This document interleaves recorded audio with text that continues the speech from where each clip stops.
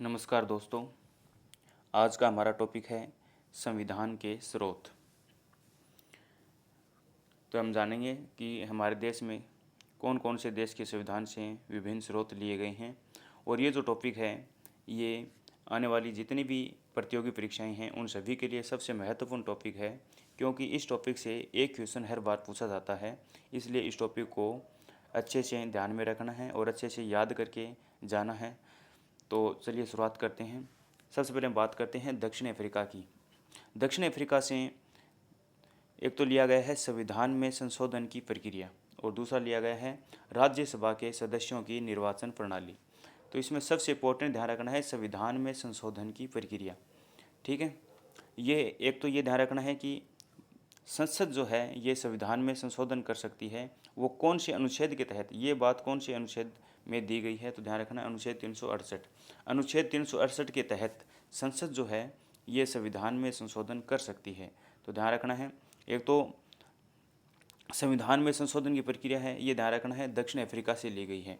दूसरा important point ध्यान रखना है कि संविधान में संशोधन की प्रक्रिया का उल्लेख कौन से अनुच्छेद में किया गया है। तो अनुच्छेद 368। ठीक है, दोनों इंपॉर्टेंट हैं। ये भी ध्यान रखना है कि ये संविधान में संशोधन की प्रक्रिया कौन से देश से ली गई है और इसका उल्लेख कौन से अनुच्छेद में है। तो दोनों इंपॉर्टेंट पॉइंट हैं। फिर हम बात करें राज्यसभा के सदस्य हैं इनकी निर्वाचन जो प्रणाली है ये भी दक्षिण अफ्रीका के संविधान से ली गई है। फिर हम बात करते हैं नेक्स्ट ऑस्ट्रेलिया। ऑस्ट्रेलिया से हम बात करें, ऑस्ट्रेलिया से ली गई है एक तो प्रस्तावना की जो भाषा है, प्रस्तावना या उद्देशिका की जो भाषा है ये ऑस्ट्रेलिया से ली गई है।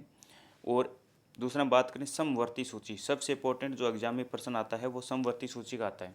ठीक है, प्रश्न आता है कि समवर्ती सूची कौन से देश के संविधान से ली गई है। तो ध्यान रखना है समवर्ती सूची ऑस्ट्रेलिया के संविधान से ली गई है। ठीक है, तीसरा इंपॉर्टेंट पॉइंट इसमें ध्यान रखना है संसद का संयुक्त अधिवेशन। ठीक है, संसद का संयुक्त अधिवेशन है ये कौन से देश के संविधान से लिया गया है। तो ये लिया गया है ऑस्ट्रेलिया से। ठीक है, और प्रश्न एग्जाम में क्या आता है, प्रश्न आता है कि राष्ट्रपति जो है ये संसद का संयुक्त अधिवेशन बुलाता है, ये कौन से अनुच्छेद के तहत बुलाया जाता है। तो ध्यान रखना अनुच्छेद सबसे इंपॉर्टेंट है, अनुच्छेद 108।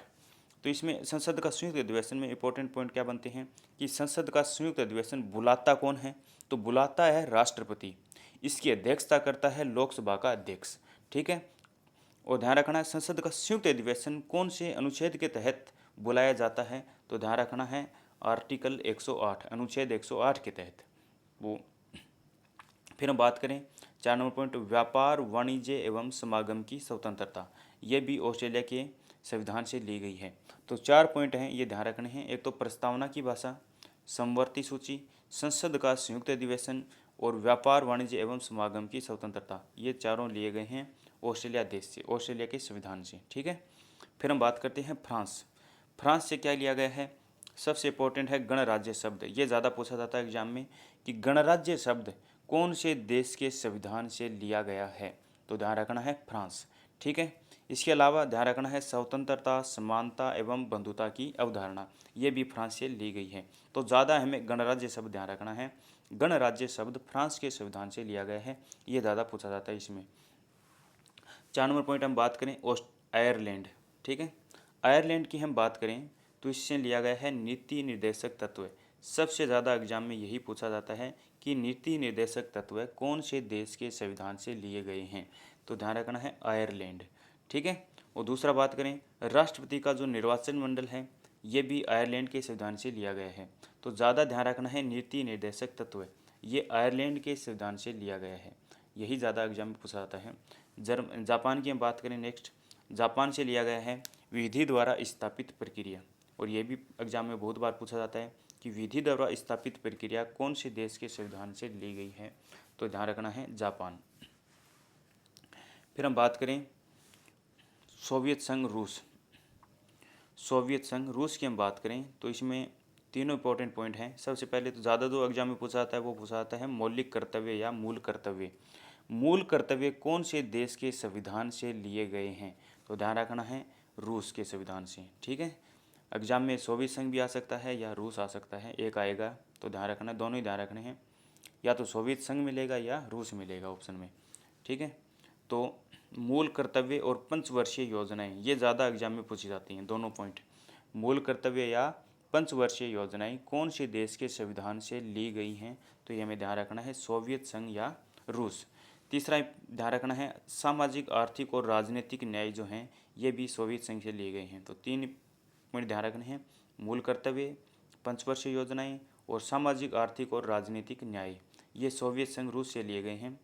तो इसमें ज़्यादा मूल कर्तव्य और पंचवर्षीय योजनाएं ध्यान रखनी है। फिर हम बात करें जर्मनी। जर्मनी की हम बात करें तो जर्मनी से लिया गया है राष्ट्रपति की आपातकालीन शक्तियाँ।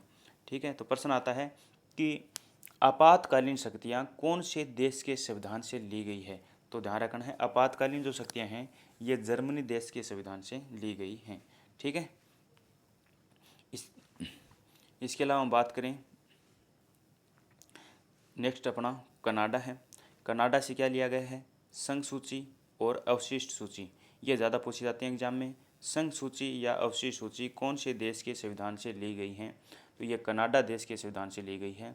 और कनाडा से तीसरा सबसे इंपॉर्टेंट पॉइंट पूछा जाता है संघात्मक व्यवस्था है। ठीक है, तो वैसे 5 पॉइंट ध्यान रखने हैं, संघ सूची, अवशिष्ट सूची, राज्यपाल का पद, संघात्मक व्यवस्था और केंद्र राज्य संबंध, ये कनाडा के संविधान से लिए गए हैं। इसमें से सबसे इम्पोर्टेंट है संघ सूची, अवशिष्ट सूची और संघात्मक व्यवस्था, ये तीनों हमें ध्यान रखने हैं। ये तीनों कनाडा के संविधान से लिए गए हैं, ज़्यादा ये ध्यान रखने हैं। वैसे 5 पॉइंट याद रखने हैं, संघ सूची, अवशिष्ट सूची, राज्यपाल का पद, संघात्मक व्यवस्था और केंद्र राज्य संबंध। फिर हम बात करते हैं संयुक्त राज्य अमेरिका, यूएसए। यूएसए से क्या लिया गया है वो हमें ध्यान रखना है। एक तो ली गई है जनहित एवं लोकहित याचिका, जनहित एवं लोकहित याचिका। ठीक है, इसके अलावा हम बात करें, ये दोनों प्रश्न आते हैं, लोकहित याचिका या जनहित याचिका कौन से देश के संविधान से ली गई है, तो ये ध्यान रखना है यूएसए। फिर हम बात करें मूल अधिकार, मौलिक कर्तव्य रूस से लिए गए हैं और मूल अधिकार जो हैं ये लिए गए हैं यूएसए से। ठीक है, यूएसए संयुक्त राज्य अमेरिका से।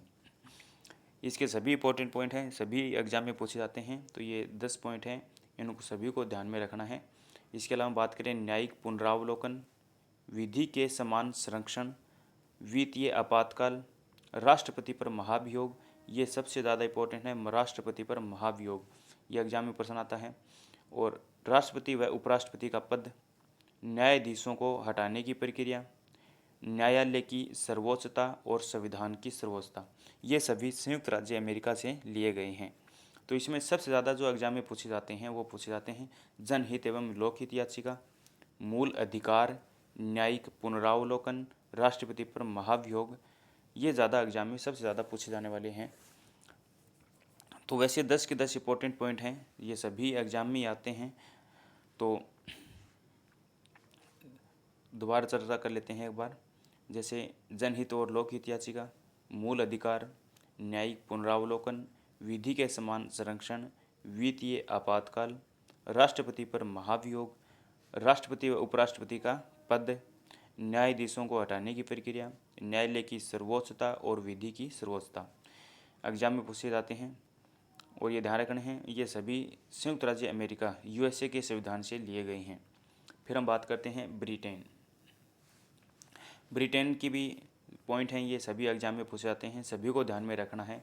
जैसे हम बात करें एकल नागरिकता है, ये ब्रिटेन के संविधान से ली गई है। इसके अलावा संसदीय प्रणाली, विधि के समक्ष समानता, ये इंपॉर्टेंट पॉइंट है दोनों में, संयुक्त राज्य अमेरिका और ब्रिटेन में। सबसे इंपॉर्टेंट क्या ध्यान रखना है, इसमें तो है विधि के समान संरक्षण, यूएसए संयुक्त राज्य अमेरिका का जो 4 नंबर पॉइंट है ये ध्यान रखना, ये तो है विधि के समान संरक्षण और ये है विधि के समक्ष समानता। तो दोनों में अंतर है, ये दोनों ध्यान में रखने हैं, तो कंफ्यूज नहीं होना है इसमें। तो विधि के समान संरक्षण की बात की जाए तो संयुक्त राज्य अमेरिका, ठीक है, और विधि के समक्ष समानता की बात की जाए तो समानता ध्यान रखनी है ब्रिटेन, ठीक है। फिर हम बात करें महान्यायवादी का पद, ब्रिटेन के संविधान से लिया गया है। फिर हम बात करें मंत्रिमंडलीय व्यवस्था या कैबिनेट प्रणाली, द्विसदनात्मक व्यवस्था, विधि निर्माण की प्रक्रिया, फर्स्ट पास्ट द पोस्ट प्रणाली, औपचारिक प्रधान के रूप में राष्ट्रपति और सामूहिक उत्तरदायित्व, ये सभी ब्रिटेन के संविधान से लिए गए हैं। तो सभी को ध्यान में रखना है। एकल नागरिकता ध्यान रखनी है, संसदीय प्रणाली ध्यान में रखनी है, विधि के समक्ष समानता ध्यान रखनी है, महान्यायवादी का पद, मंत्रिमंडलीय व्यवस्था या कैबिनेट प्रणाली, द्विसदनात्मक व्यवस्था, विधि निर्माण की प्रक्रिया, फर्स्ट पास्ट द पोस्ट प्रणाली, औपचारिक प्रधान के रूप में राष्ट्रपति और सामूहिक उत्तरदायित्व है। ये सभी ब्रिटेन के संविधान से लिए गए हैं। इसके अलावा हम बात करें भारत शासन अधिनियम 1935, जो भारत का संविधान है उसमें सबसे ज़्यादा जो प्रभाव पड़ा था, तो ध्यान रखना भारतीय संविधान पर सबसे ज़्यादा प्रभाव जो पड़ा था वो पड़ा था भारत शासन अधिनियम और ब्रिटेन के संविधान का। तो एग्जाम में प्रश्न भी आता है कि भारत के संविधान पर सबसे ज़्यादा प्रभाव किसका पड़ा, तो किसका रहा है। एक तो भारत शासन अधिनियम है 1935 वाला, और एक ध्यान रखना है ब्रिटेन का संविधान, इनका सबसे ज़्यादा प्रभाव रहा है। ठीक है, तो भारत शासन अधिनियम 1935 की हम बात करें तो इसे लिया गया है प्रांतीय लोक सेवा आयोग। ठीक है, इसमें क्या ध्यान रखना है, प्रांतीय लोक सेवा आयोग, न्यायपालिका के कुछ प्रावधान हैं, संघीय व्यवस्था के कुछ प्रावधान हैं, राज्यपाल का कार्यालय है, और इसके अलावा शक्तियों के वितरण की तीनों सूचियां हैं। तो ये भारत शासन अधिनियम 1935 से लिए गए हैं। के बाद दोबारा हम चर्चा करते हैं, कनाडा से क्या लिया गया है, संघ सूची, अवशिष्ट सूची, राज्यपाल का पद, संघात्मक व्यवस्था और केंद्र राज्य संबंध। यूएसए से क्या ध्यान रखना है, जनहित में लोकहित याचिका, मूल अधिकार, न्यायिक पुनरावलोकन, विधि के समान संरक्षण, वित्तीय आपातकाल, राष्ट्रपति पर महाभियोग, राष्ट्रपति उपराष्ट्रपति का पद, न्यायाधीशों को हटाने की प्रक्रिया, न्यायपालिका की सर्वोच्चता, संविधान की सर्वोच्चता, ये लिए गए हैं यूएसए से। ब्रिटेन से हम बात करें, ब्रिटेन से ली गई है एकल नागरिकता, संसदीय प्रणाली, विधि के समक्ष समानता, महान्यायवादी का पद, मंत्रिमंडलीय व्यवस्था एवं कैबिनेट प्रणाली, द्विसदनात्मक व्यवस्था, विधि निर्माण की प्रक्रिया, फर्स्ट पास्ट द पोस्ट प्रणाली, औपचारिक प्रधान के रूप में राष्ट्रपति और सामूहिक उत्तरदायित्व है। ये ब्रिटेन से लिए गए हैं।